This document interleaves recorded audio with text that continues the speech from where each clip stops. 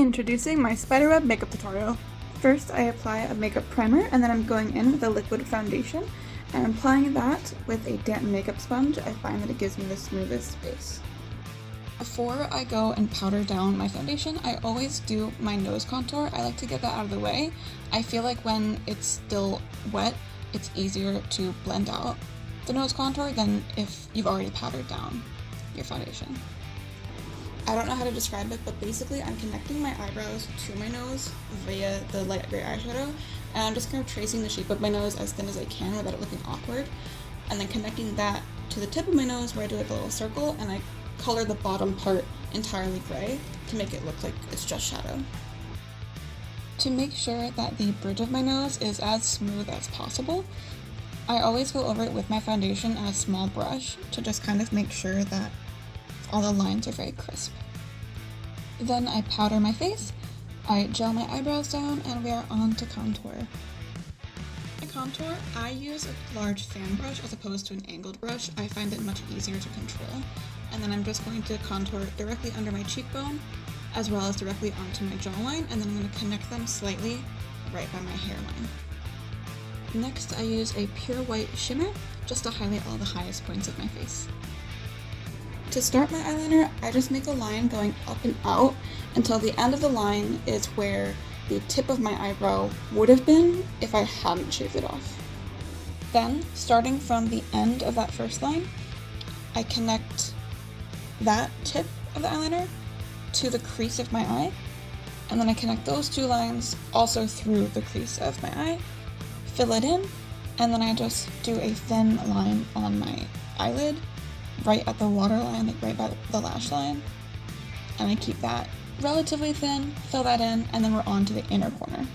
For my inner corner eyeliner, I just kind of go down from my inner corner downwards and keep it parallel to my nose until it's as long as I see fit, and then I connect that line to where my lash line starts. So where my eyelashes start growing, that's where I connect it to.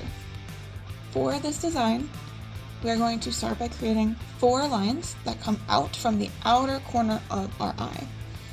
The first line should go slightly up and out, the second line should go slightly down and out, the third line should go straight down, and the fourth line should go slightly down and inwards towards our eye.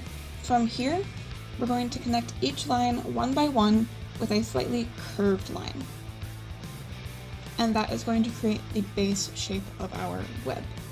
You are going to repeat that same shape of the line going inwards as well. Don't worry if they're messy because spiderwebs are not perfect. A lot of people ask how I make my makeup so symmetrical, and one of the key ways I do this is you'll notice that I do every single individual line on both eyes before moving on to the next step. It helps so much to do this. I cannot stress how much this helps. Seriously, this is my number 1 recommendation. Then I just draw a little swirl in the middle of my eye, and I connect it to that final point of the spiderweb. I draw a similar swirl around the middle of my upper eye over top of the actual winged eyeliner, and then I connect it from the peak of the swirl towards the outside of my eye, and then I just draw a couple lines inside of that to make it also look web-like. This is when I start actually drawing on my brows. The gel should be long dry by now. I usually start by just drawing them on with some light gray or black eyeshadow, and then I draw over them and darken them with a black eyeliner. I decided to keep this mistake in the video because I want to remind you guys that just because an artist is showing you their best side, their best work, etc. online, doesn't mean that they don't make mistakes. I get told a lot that people are really worried about making mistakes when they do makeup. And I want to remind you that we all do, and it's not a big deal. You can always just wipe it off, draw it on again, keep trying, keep practicing. It's really not a big deal, I promise. This step is entirely skippable. I just like to do it because I'm using a gel eyeliner that isn't always perfectly waterproof, and sometimes it does smudge. I'm just setting it with a black eyeshadow to help keep it dark, make sure that any splotches are covered, and so that the color looks even. This step is very, very skippable. Onto the lips. I'm using a black pencil eyeliner to line the natural shape of my lips, and then I'm going to go over it with just the first layer of black lipstick, and I'm going to sharpen the lines for my cupid's bow with the eyeliner. For the design under my lips, I first start by just taking one line and going straight down, and then 2 lines on either side of it, and making them go down and slightly outwards of each other. And then I connect them in that same curved manner that I did with the initial eyeliner look. But the only difference is that this one, the middle line should be the furthest down, and then the second line should be slightly higher than the first one to make it easier to connect it all to your lips. Kind of like a bat, but it's not a bat, it's a web, but kind of like a bat. Then I fill it in with eyeliner. I do another layer of lipstick on my actual lips, and I set that bottom design part that's not on my lips with that same black eyeshadow from before. While my lipstick dries down, I'm taking a light gray eyeshadow and I'm applying it into the crease of my eye and dragging it forward and blending it into my nose contour. Now we are going to create our little webby bat on our forehead. Start with the capital letter T.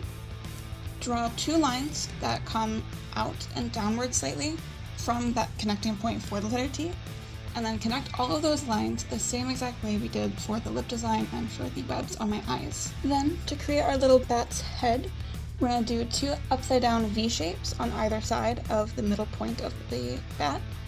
Fill those in, and I forgot to film it, but fill in a little like ball or shape underneath those 2 points to connect them to make it look like the bat's head. By now, the lipstick should have dried, so we're going to go finish that design.